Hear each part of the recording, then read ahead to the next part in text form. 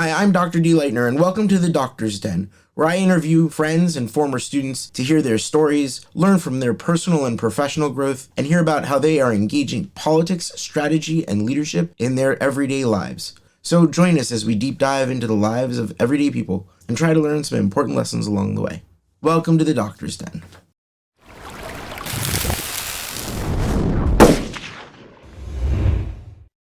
Hey, welcome to the Doctor's Den. Today we are hosting Oranim, who is a content marketing specialist at Leadstar. She is also a former student of mine. Hey, Ro, how you doing? I'm great. Really grateful to be here. Cool. Thank you for showing up. It's awesome. It's been a while since we've seen each other. It has I mean, COVID and long everything. It's been a long time though, right? Like a long time. like I think the last time I saw you was at my wedding. Oh, that's true. We did see each other at the wedding. Wow, it's been a long time. Holy cow. I mean, she's got a baby since then. It's been a long time. What's really interesting is you were one of my first students. Like, if we go back in the day, you were there for like when everything was just starting and we were like starting out the international BA programs as like a thing. And you were there for that. So like, this is like old school, old school. Wow. Okay. Oh, OG program members. yeah. Well, there were a lot of you for that first year or two. Like the first couple of years, we had like big classes and everything. It was awesome. And then things sort of dwindled down over the years. But that's a whole different topic. We're not going to talk about that. I'm going to avoid that topic like the plague. Yeah. Fair So enough. let's do some catch up. Ro, like you. Okay, let's be honest. You didn't graduate. No. But I won't hold it against you. No. But what did you do when you sort of left school? You left school and no, it's okay. You left school and what did you do? Uh, so I left school and I was like at the height of my political involvement and everything was like going really great. And then I was kind of confronted with this reality where I was being forced to choose between my values versus my political career, and I was actually being kind of pushed into a corner where I would have to kind of decide what was more important to me in life. And I chose my values. Okay, you So need to backtrack. Hold on, I hold on, kind hold on, hold on. I need you to backtrack. Wait, hold on. You need to backtrack here. You said political views and da da da. What were you doing that was engaging politics? Like, what was it that you were doing? I was very deeply engaged in politics. I was working with the Likud youth. I was the vice president of the Likud youth, and it was very intense, and I was very heavily involved. And I hate to use this phrase because it sounds a little snobby, but I was a rising star in politics, and it kind of got to a point where I was being forced to choose between my friends and moving forward in politics, where I was going to have to, stab some people in the back and make some really ugly decisions in order to continue my rise. And I opted out.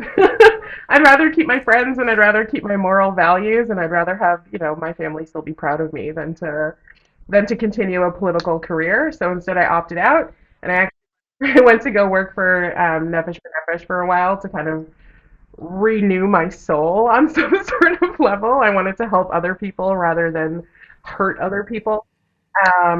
So I spent about a year and a half working for Nefesh B'Nefesh instead of graduating. Okay. Yeah. All right. So, Nefesh B'Nefesh, what were you doing while you were there? I was working as an Aliyah advisor. I was helping people make Aliyah from North America, 18 to 35-year-old singles. It was a lot of like guidance on what to expect when they arrived here, trying to help them plot out their lives for once they move to an entirely new country and have to learn a new language. It was extremely rewarding. I helped over 170 singles make Aliyah, and it Wow. was honestly really, really rewarding work to help people fulfill that dream that I had already taken upon myself. And then on top of that, I was also writing content, which is, it was my second leap into the world of content writing after I had been working for the Jerusalem Post while I was in university.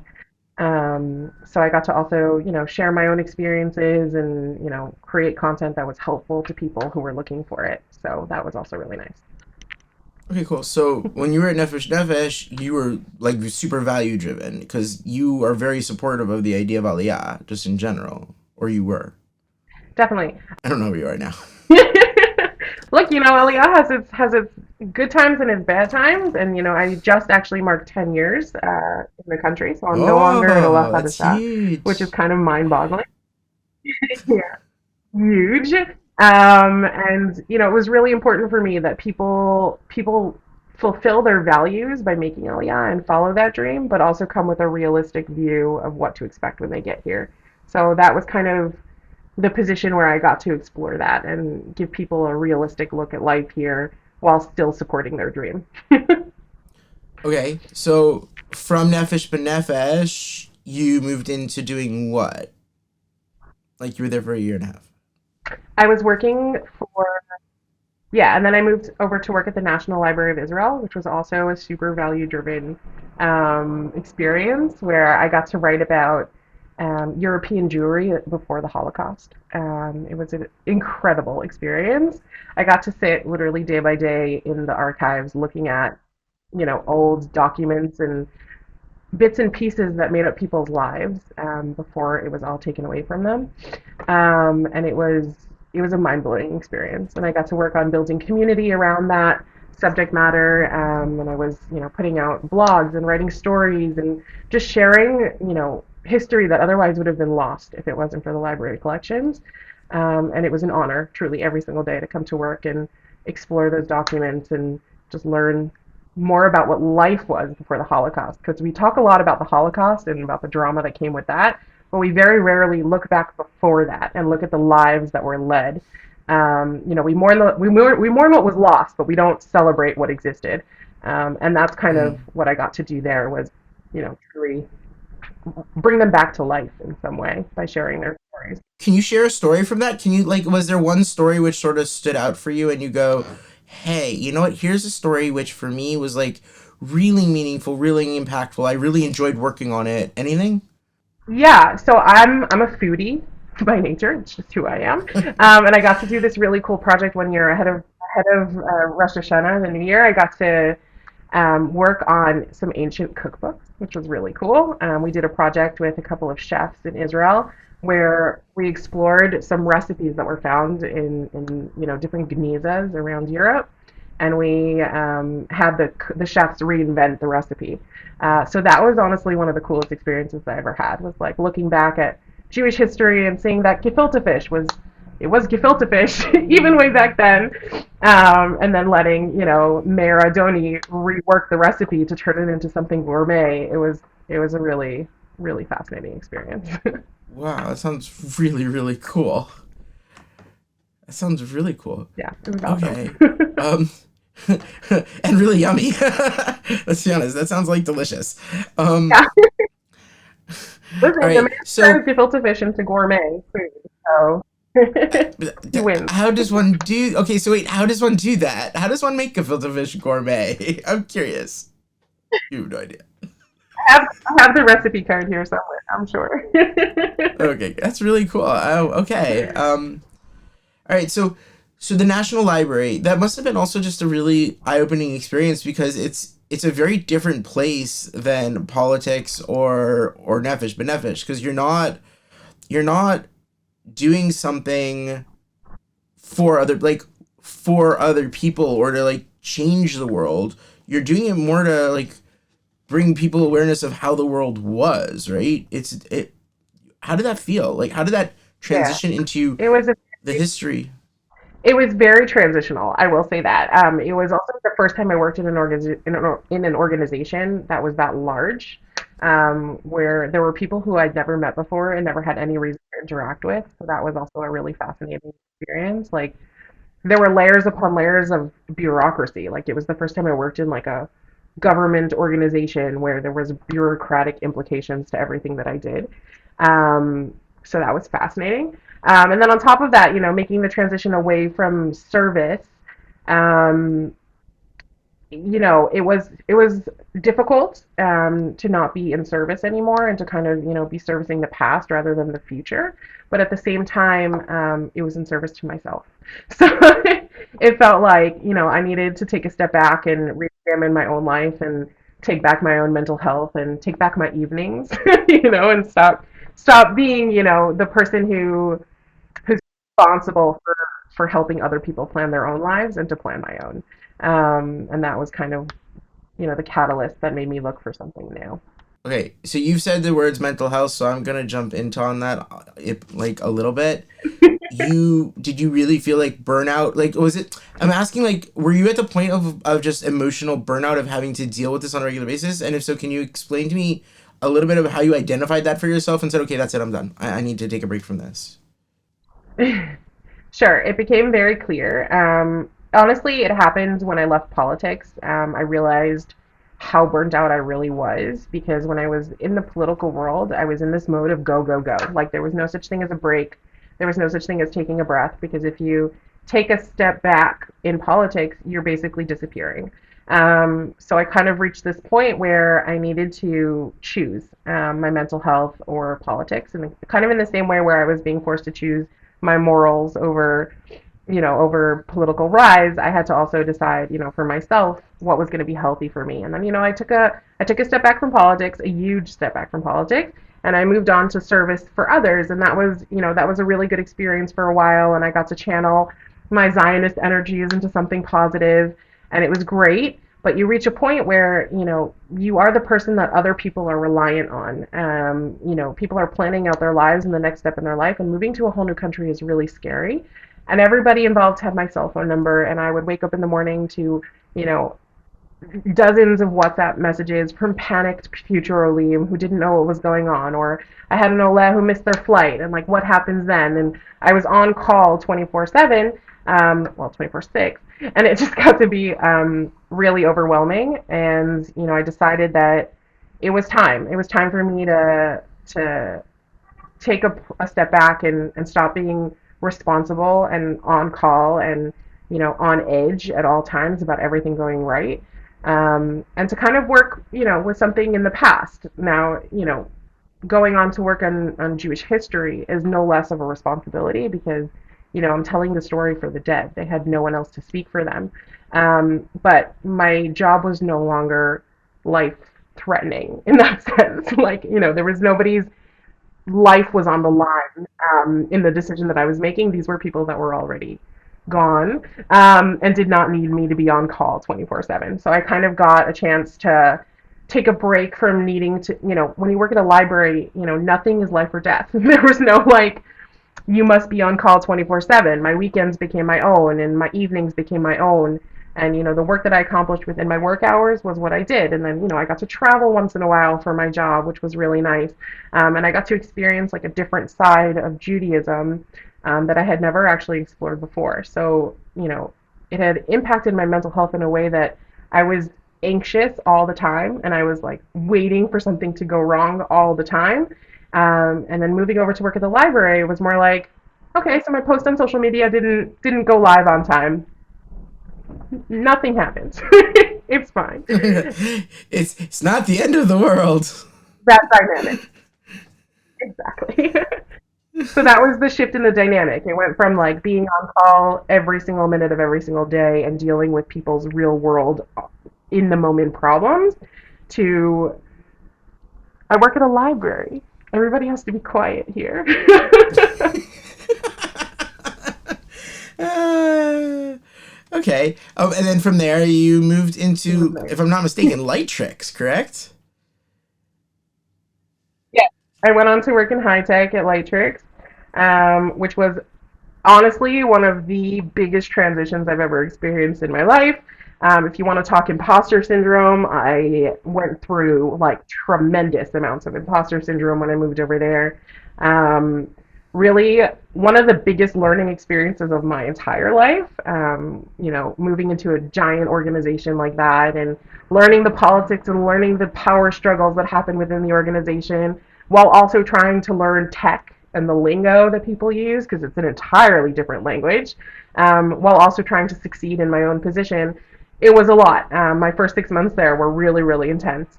And I had entered at a time where there was some kind of like power struggle going on, and it was a fascinating experience for sure.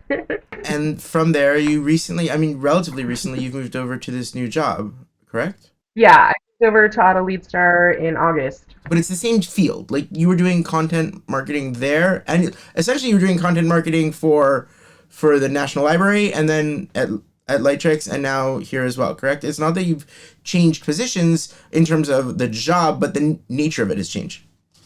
No, I changed positions. I was doing content marketing and storytelling at the library, and then at Lightrix, I actually moved into product. I was working within the app design, writing content for small businesses, and now I've moved into content marketing, which is, Oh wow. Okay.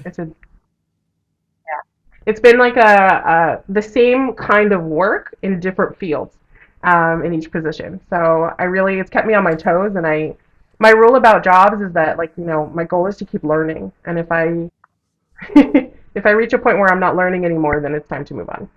Okay, so teach. Hold on. You get to teach now.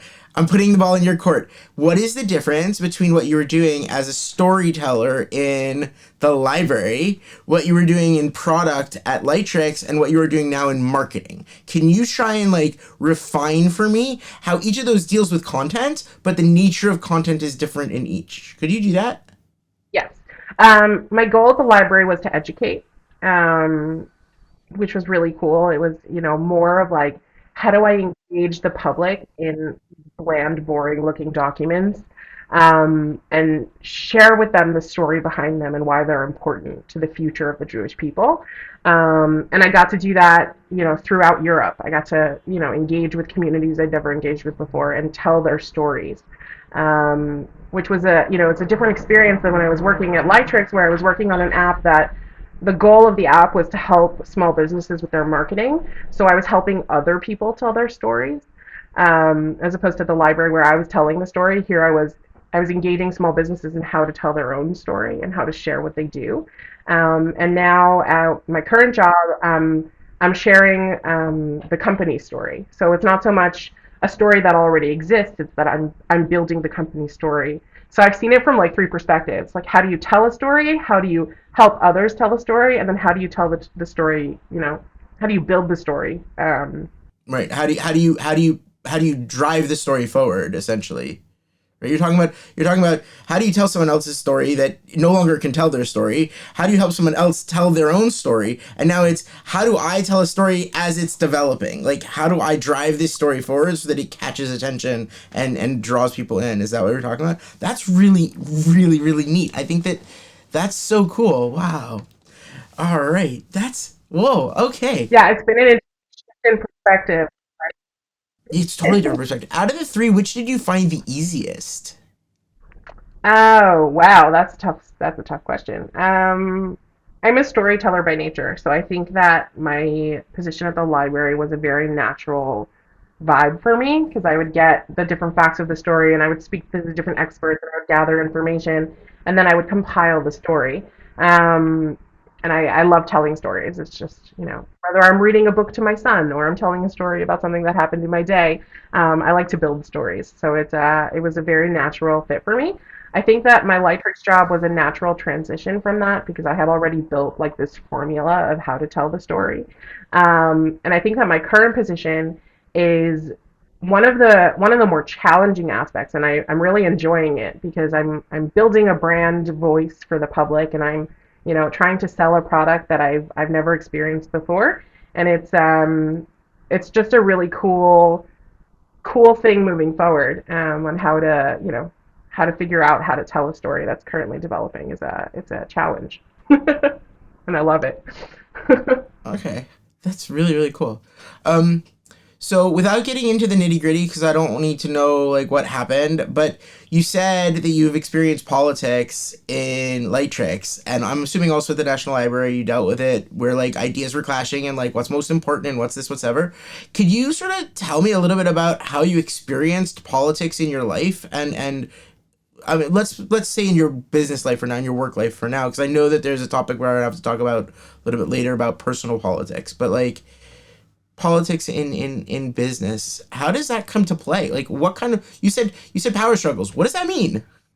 Yeah, so when I started working in larger organizations, you learn about a lot about the organization and the hierarchical, the value hierarchy that exists within the organization.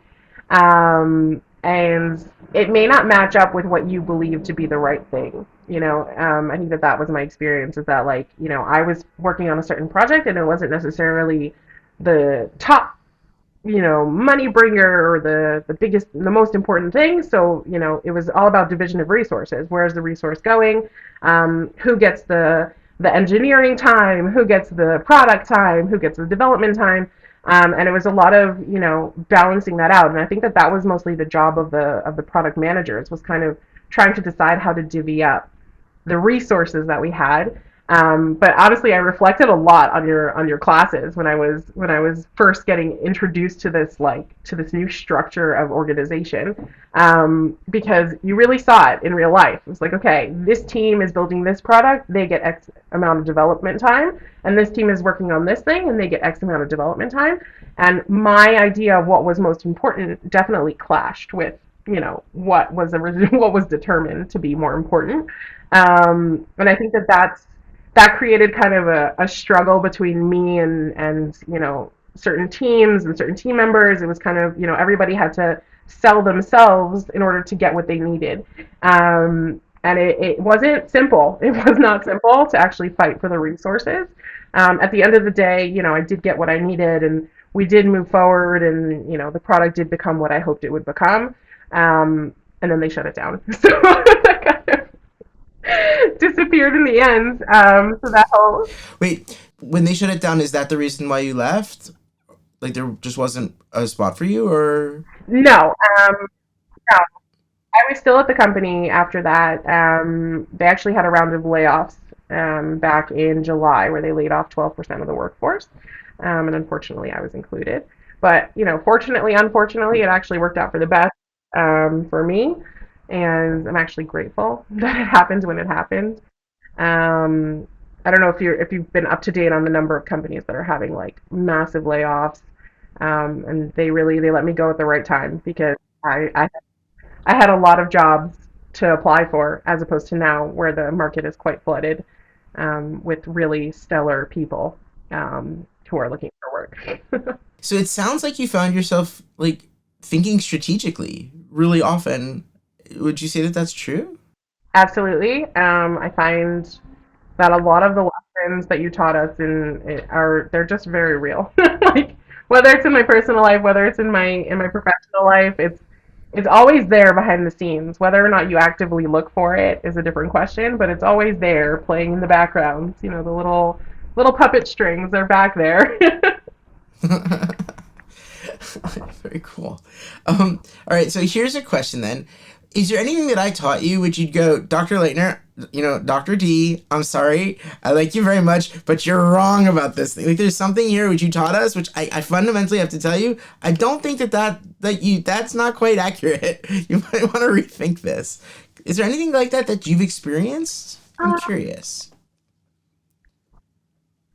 Honestly, I could give it a lot of thought, but I honestly, nothing jumps out at me as, like, this was wrong. I think that at the time in your classes, there were a lot of things that I, like, was like, okay, and, like, I may have rolled my eyes at a thing or two, and then, like, I was very much wearing rose-colored glasses when I was in university, and I think that as soon as I took the dive out into the real world and kind of, had to experience it on my own and go through, the different challenges that life has to offer, it all really just proved to be true. I don't think that there was anything that came out at me as, like, this was, completely irrelevant. I think every lesson that I've learned from you so far has proven to be absolutely on point.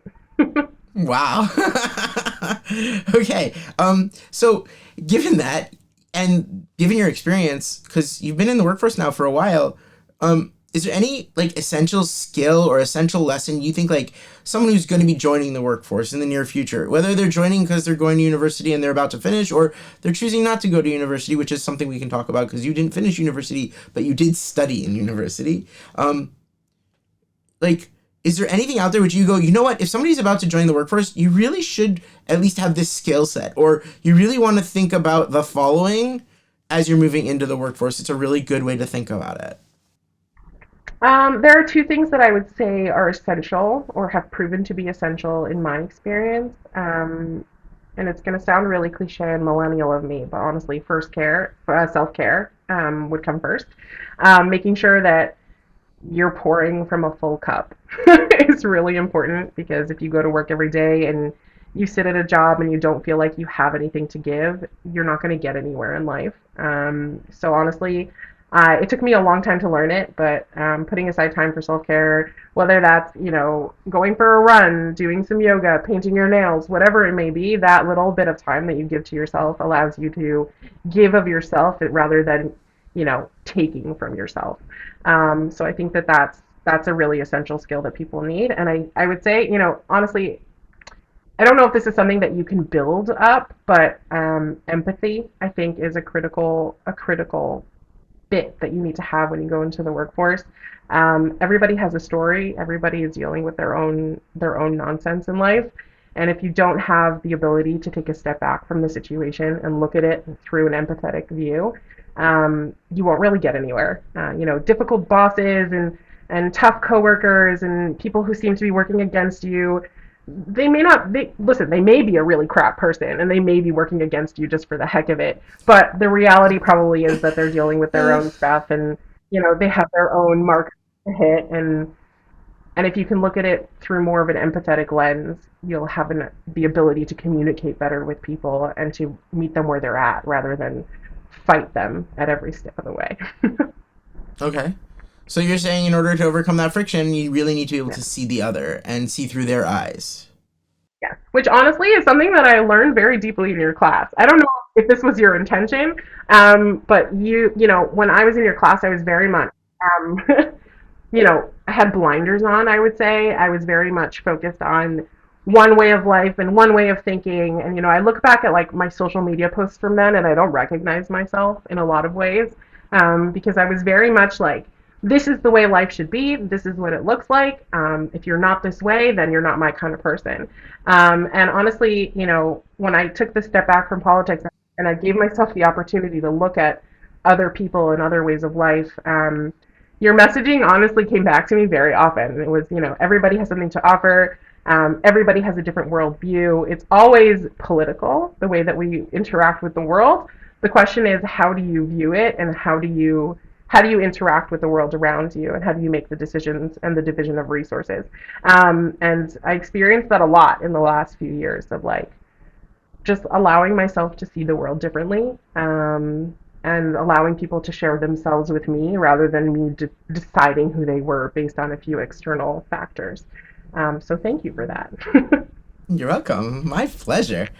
Um, so, uh, you say you've changed politically. When we were in class, we talked about things like an ideational hierarchy, like really core ideas, and then like secondary ideas and tertiary ideas, and like ideas that you're willing to forego because like okay, they're not so important to me. How have you like? You don't have to get too private about it, but like some of those core ideas sound like they've changed for you. Can you like share like where's that coming from? What's the motivation behind that? What's going on?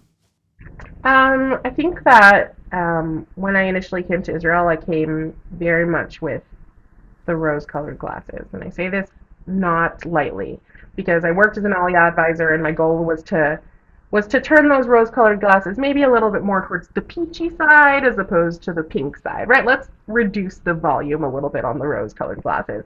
And I think that once you've been here for a long time, I'm still just a Zionist and I believe just as much in a Jewish state, but I don't necessarily believe in the way that it's being handled.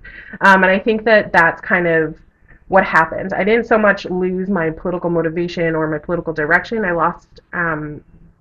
would say I lost faith in the leadership more than I lost faith in my vision.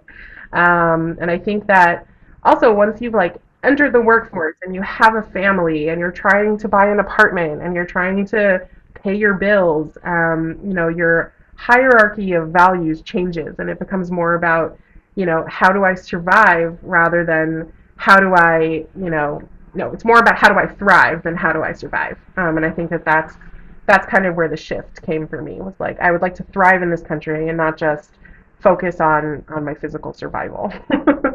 So that's really interesting because basically what you're saying is that as you grew in your life, as you developed a relationship, as you had a kid, had dog, because dog is definitely part of that, and also how you grew in your work life, right? Um, those things, those external environmental factors, forced you to rethink how are you going to prioritize, where are you going to put your time and energy, and what are the core ideas that you want to express in the world. Is that sort of what you're saying? Yeah, absolutely. I think that things just shift. Life happens, whether you're ready for it or not, and it becomes about, where does my paycheck go at the end of every month? How much am I paying it for rent in order to live in the beautiful city of Jerusalem that I dreamed about for X number of years before I made Aliyah? How do I send my son into the best education system possible? Simple things like that. How do I make sure that that the roads are safe when we drive on them in the morning? It becomes less about, political values and things like that, and more, your values kind of shift into life as opposed to just overarching concepts. I think it gets a little more specific.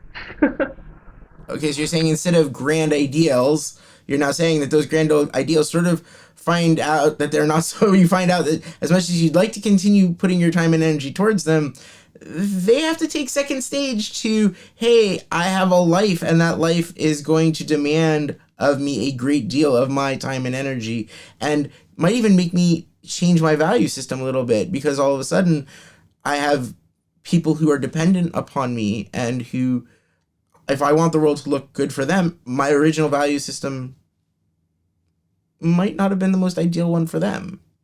Is that sort of what you're saying? Yeah. Yeah, it's not necessarily that my ideals aren't still there. They're definitely there. They're definitely present. They've kind of taken a back seat. There are the hierarchy that you talked about. The things like how do I put food on the table come before what happens on a border that's not in my direct life every single day. That's not to say that it's not important to me, and that it's not something that I think about, and that it's not something that comes up every time a rocket is fired. But it is something that takes a back seat to how do I pay for my son's childcare and still go to work and still put food on the table and still pay my taxes. That's kind of the messiness of everyday life kind of takes over the grandeur. Um, I know that one of the things that you had as like a very important thing was family. Like I know that you wanted to have like family in your life, whether it's finding a husband, having kids, um, but you faced some serious challenges there for yourself. Like that wasn't it wasn't like oh so easy for you. And the fact is that that in and of itself, I think probably didn't that change who you were in some ways? Like that whole process of Yeah. getting married and like what happened as a result of that. And Absolutely. if you could go into like, I'd love to hear it. Yeah, absolutely. I Thank God I met my husband in 2016. He's really the best human in my life. I'm very grateful. I actually met him through friends, through Bar Ilan, so more involvement of the Bar Ilan side in there. And we got married in 2016, and then we started trying to have a kid. And then about a year and a half later, we were like, something's not right. It shouldn't take this long. And I started going to doctors, and I discovered that I had infertility issues, and I ended up diving into the world of IVF in this country. One of the things that I'm extremely grateful for is that we live in a country where, having children is really important. And it's one of the core values of the country. So IVF is very, very, very heavily subsidized. There's this misnomer that it's free. It's not free. You do pay for some things, but it's definitely significantly cheaper than it would have been in any other country that I tried to do it in. And 3.5 years after I started treatment, I was blessed with my beautiful son. It was a journey. It was difficult. It took a really long time and a whole lot of needles. Um, but at the end of the day, it was really worth it. And I came out at the other side of it with, the greatest gift of all. So, Yeah, I'm first of all, Mazal Tov, and that's amazing. Because that's absolutely amazing. But you also shared a lot of that journey. Like, you were open about that journey in some ways, weren't you? Like, it yeah, wasn't something you hid from the world. I was actually pretty private about it in the beginning. I was really ashamed. There's a lot of shame that comes with it when you're inside of a religious community where having babies is like the pinnacle. Like you must have babies in order to have value. That was kind of the feeling that I had from a lot of our friends, from family members. It was this push of like, when are you gonna have a baby? When are you gonna have a kid? What's the holdup? What's going on? And it kind of led me to be very silent actually in the beginning about my process. I was very embarrassed on some level and ashamed on some level that I couldn't do this most basic thing that every woman's body is designed to have children. Why isn't mine doing it the way that it's supposed to? And there was quite a bit of shame involved. I hid the fact from most of my friends at work had no idea. Only the people who were closest to me in my life knew that I was going through this stuff. Which is amazing that they stuck with me because honestly, the hormone injections made me a little bit of a psycho.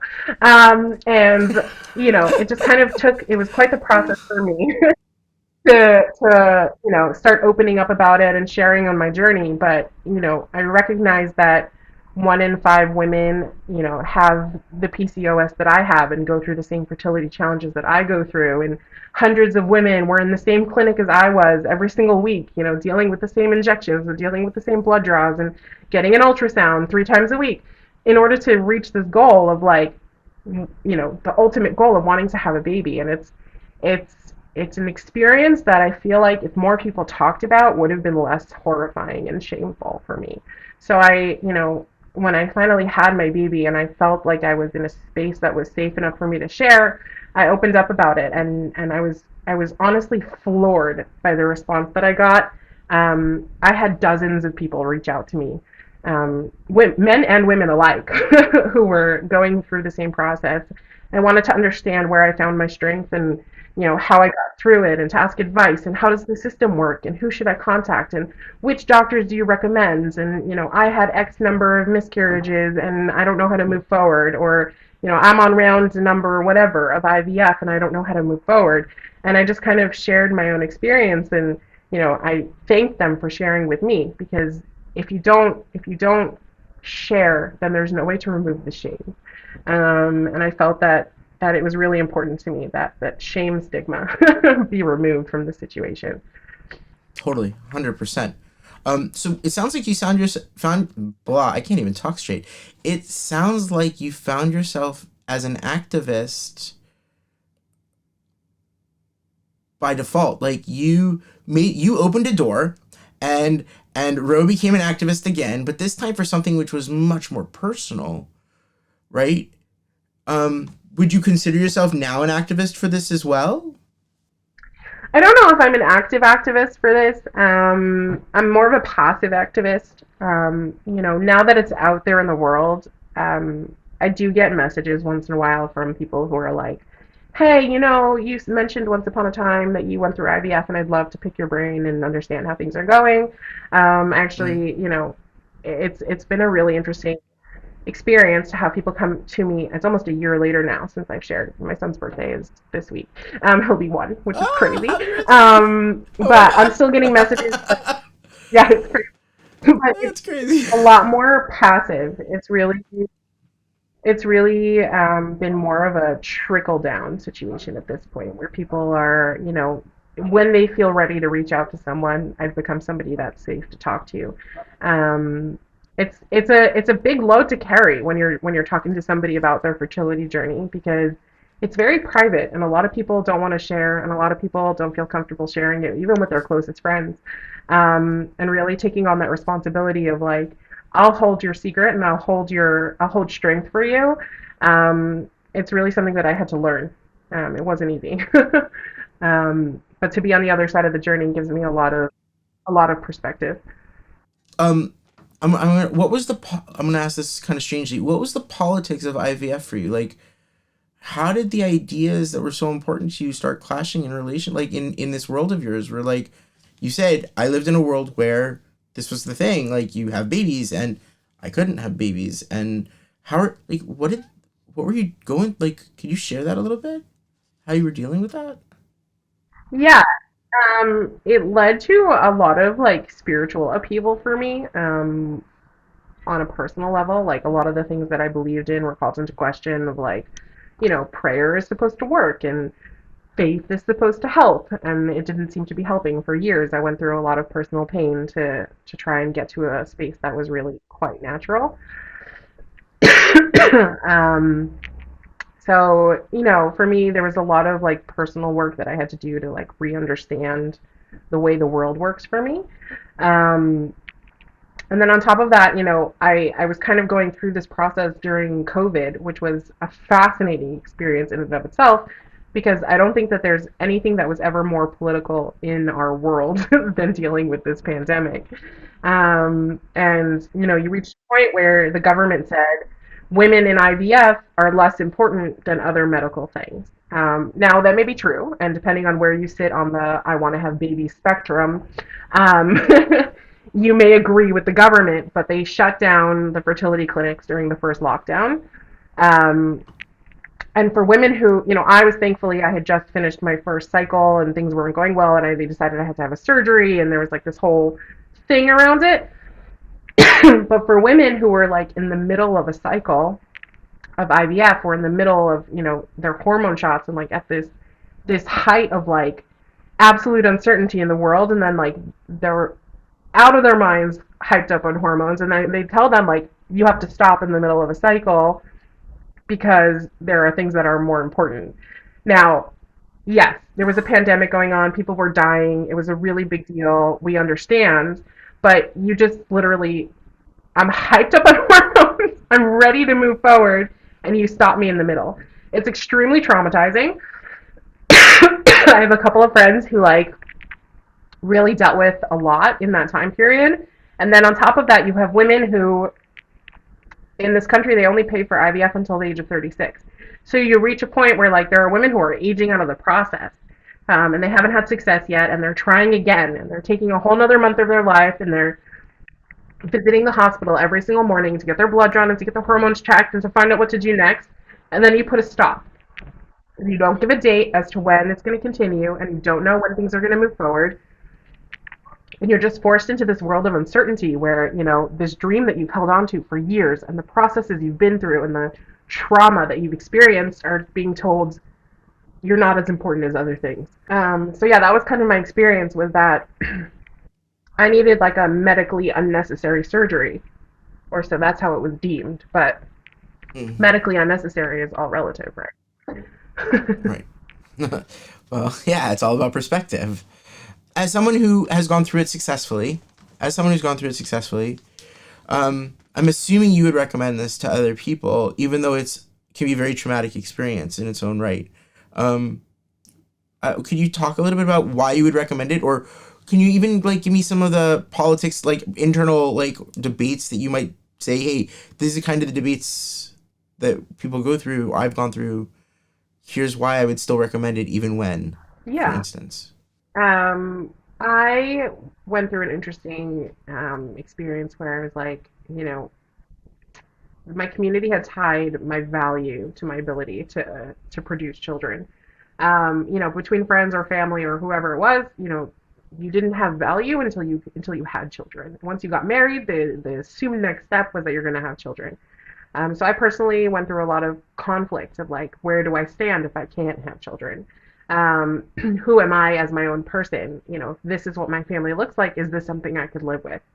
And there was also like, a lot of guilt around, how I'm impacting other people's lives, with my ability or inability to have children, including my husband. Like, my husband didn't have any problems. It was all me. How do you deal with that kind of situation? And it was definitely an internal struggle of like figuring out who I am for myself, and then who I could be if I did choose to grow my family. And I went through that initially before I even started treatments. It was this whole like, who am I as a person? Where do I stand? What is my value? And then on top of that, I came to the conclusion that yes, I did want a child, and I was willing to go through whatever it took to make it happen. Um, Not connected to my value at all. It was just something that I wanted to have happen for me. So I did start treatment, and I do recommend it. I do think that um, engaging in the miracle that is modern medicine, that is science, and allowing it to play that part that's missing, really, it's a gift, and especially in the state of Israel, where it's really gifted. Like, anybody can start, before a certain age, and you can really just do it. There's really nothing to lose in starting, except for maybe some hope.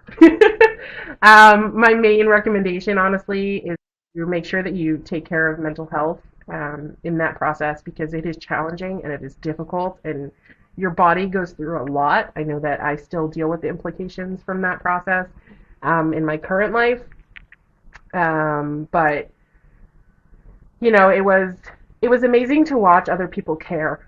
The medical professionals that I engaged with and the people around me who were supporting my process. It really gave me an opportunity to experience help from others, which is something that I was never really good at doing. Really like accepting assistance and accepting help. And it taught me to view the world from that perspective of you're allowed to ask for help when things aren't going well. You're allowed to get support. The support is there, so you may as well ask for it. And that's kind of shifted my worldview in that sense as well. In that I learned to say, please help me, and I learned to say, there are things that I can't do myself, and there are things that I can't control, and then to look for the support around me in the world that I've built for myself in order to move forward, regardless of my inability to do it on my own.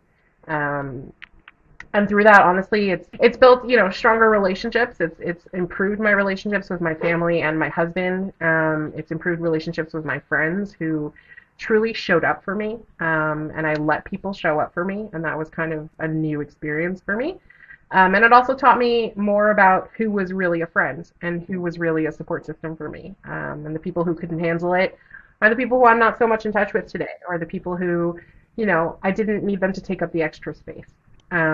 So, it taught me a lot about life and about people, and about the people that I've chosen to be my family. So, it's kind of created a whole new world for me. Wow. Um, you said that you learned to ask for help. I'm assuming that that has happened well beyond your personal life as a result of that. Like, it's not. I mean, as much as we compartmentalize certain things in our lives, that's the kind of thing that I'm assuming has had a huge impact on your overall interaction in work, in life beyond, family. Um, can you give me some examples of how you've seen that sort of play out?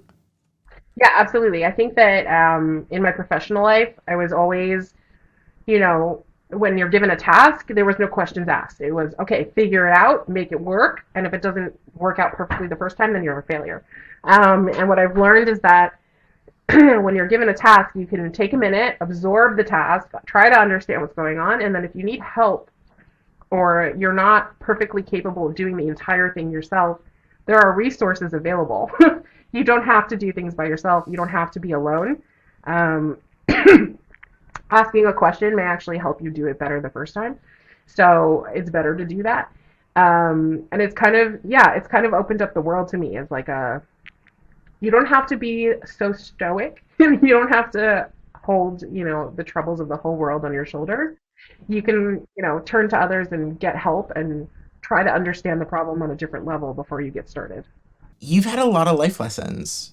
I mean, it sounds like, beyond school, Yeah. life has taught you a ton of really in-depth lessons about politics, about strategy, about relationships.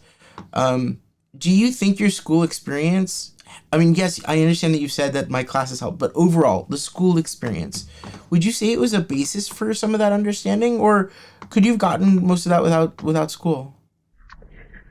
Um, I honestly think that the structure of school, was really important for me at the time. It really taught me a lot about Israeli society and gave me the tools I needed to move forward in this country as a whole. The school aspect of it taught me a lot. I got very close to graduating. I won't say that like I didn't graduate and like I dropped out in my second year. No, I got to the end of school and then, I had a couple of things that just kind of blew up in my life and I experienced some really intense burnout and I needed to, take a break and I always said I would go back. And maybe I still will. I don't cut it out as a possibility. I do think that schooling was really important to me. And it gave me a lot of value. It taught me about responsibility, and it taught me about showing up, even when the expectation holds otherwise. Meaning, like we had class, and there were teachers who took attendance, and there were those who didn't, and you were kind of responsible to like decide on your own. Do I show up today? And I think that that's a lesson that I've taken with me in my entire life of like, do I show up today? And I think that that structure and that life area, that time period that I went through really taught me a lot. But actually, it's funny. I was talking about this podcast with my mom the other day, and I was preparing myself, and I was looking at the questions that you had sent over to me, and my mom asked me a really poignant question. She was like, you learned a lot in his classes, and I've heard about Dr. D a couple of times, but like, what's the biggest thing that you remember from his classes? Like, what's the top thing that you remember? And I looked at her and I said, honestly, the top memory that I have of my experience with Dr. D was not involved in class.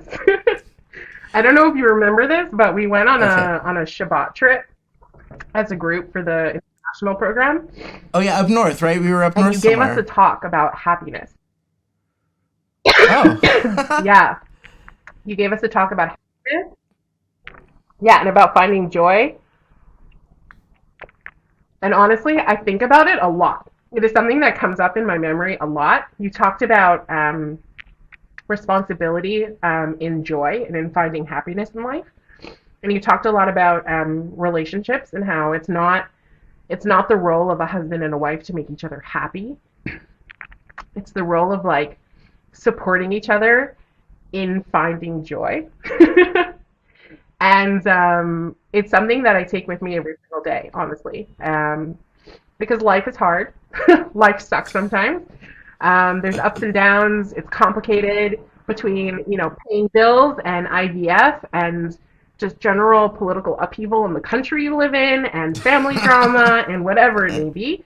But at the end of the day, if you can create an environment where your goal is to make space for each other and support each other and bring each other joy, um, I kind of appreciated that so much in the now, meaning looking back 10 years. My It's God, something it's that been so I really long. take with me all the time. So yeah, it's 10 been 10 years. years, man. Oh my God, it's been so long. So Wow. yeah, that's Okay. that's one of the things that I carried through for me through the decade.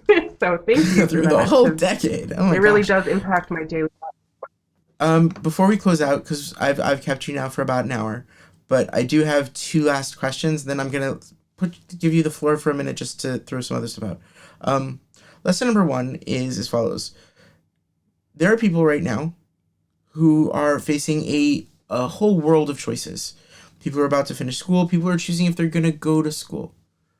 If you could give them like one solid piece of advice, what would it be? Like solid. This is like a piece of advice for life. Honestly, if you don't follow your dream, you'll always regret it. That's it. That's like the biggest thing that I can say.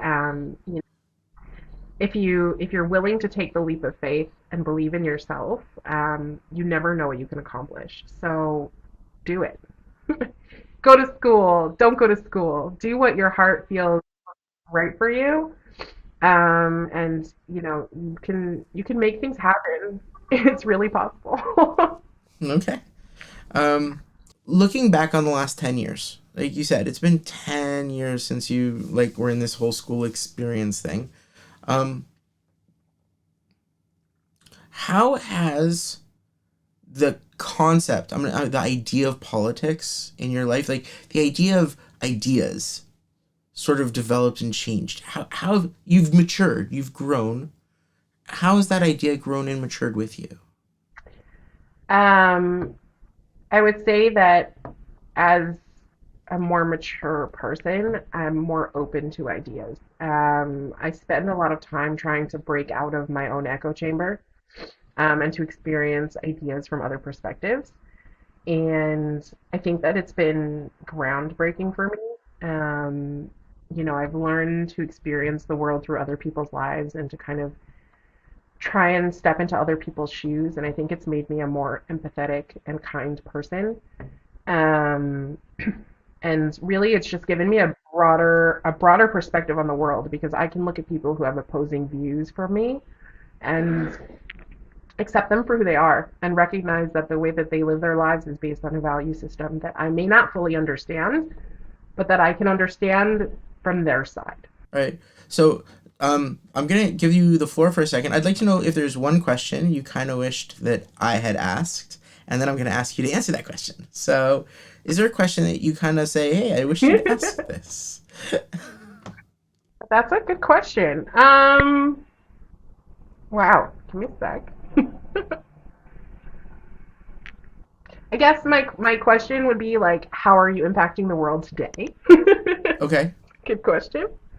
Yeah, it's a great question. Um, and I think my answer would be more that I'm trying to impact on a smaller level rather than on the broader level that I had initially thought that I would impact on. I try to better the lives of the people around me within my direct community, within my company, within my family. I spend more time focused internally than externally. And I think that the impact is a lot faster to see. Between better relationships, better work-life balance, better friendships, stronger friendships than I've had before, and community involvement it's made my life better while also helping to impact the world around me. So I think that that's kind of where my journey has taken me, is to the micro level rather than the macro. That's really cool. That like you said, I mean, you used to be macros, like super duper macro, and now you're saying, you Yeah, recognize I was that going to be prime minister of the world. of the whole world. I will. What are you gonna do today? Conquer the world. Right? um, um, so, but it sounds like what you've recognized is that you are conquering your world, and you are trying to make that world better for Exactly. yourself and for the people around you. Um, it's not the whole world, but it's your Absolutely. world. And I think that that's important for people to recognize also, is that when you start impacting on a micro level, it's still an impact and you're still making a difference. It's just on an individual level rather than a country level. It has the same level of value. It may not get you in the news, which is fine. Which is not a bad thing at all if we think about it. um, great. First of all, this has been phenomenal, Ro. Thank you so much for coming to visit. This has been great. I missed spending time and schmoozing with you, so this was great. And I have to say, I am really really impressed and proud of how you've matured and developed, and that anything that I've said at all in my like teachings came forth and like continued as something that impacted you. Is it makes me very proud, and it makes me feel like I'm also impacting your world, which is like even today, and that's such a wonderful experience to have. So thank you so much for sharing that. um and I really hope Like, Doc, you have a that lot to be proud of. You impact me a lot, on a deep level. You really changed my life, and I talk about you all the time. Like, we don't chat often, but you definitely come up in conversation. And anytime I talk about politics or the way that the world is running, your concepts come up and your lessons come up for me. So it may be 10 years, but, it's basically like it was yesterday. It was yesterday. It was yesterday. What are you talking about, Ted? It was yesterday. So thank you so very much. This was phenomenal. I feel like I learned a lot, actually. I feel like I learned a lot about the differences between the different work jobs that you've had and the nature of them. And that for me is huge because even though I'm not teaching at Bar Ilan anymore, I will be hopefully working with people and companies and hopefully be able to bring those ideas that, hey, there's different perspectives on this whole concept of telling a story and whose story you're telling and what's the nature of that story. And I think that's really important. I'm very grateful that you shared about your personal Yeah. life and about IVF and about both how it felt for you, but also what it meant for you and for the greater, people you saw and how it impacted them. Because I think that that's a story that really does need to get shared, because it is such a private, personal topic, and because people don't share it, it makes it much harder for people to be open about what they're going through. So thank you very much for that. And I can still see Roe as like Roe the activist. It's just a different kind of activism, and I think that's phenomenal. I think that whether you have that activism in your daily life and in your work, or whether you have it on the grand scale, you're still being Roe the activist. I'm gonna change the world. It's just a question of where you're putting that energy to make it change. Thank you so much. Have a great day. Thank you for giving me some of your time during your actual day, because I realize you work. So I do appreciate that. Really, my pleasure. Have a great one. Thanks, bro. Thank you for joining us in the Doctor's Den. Don't forget to like, share, and subscribe. Hope to see you next time.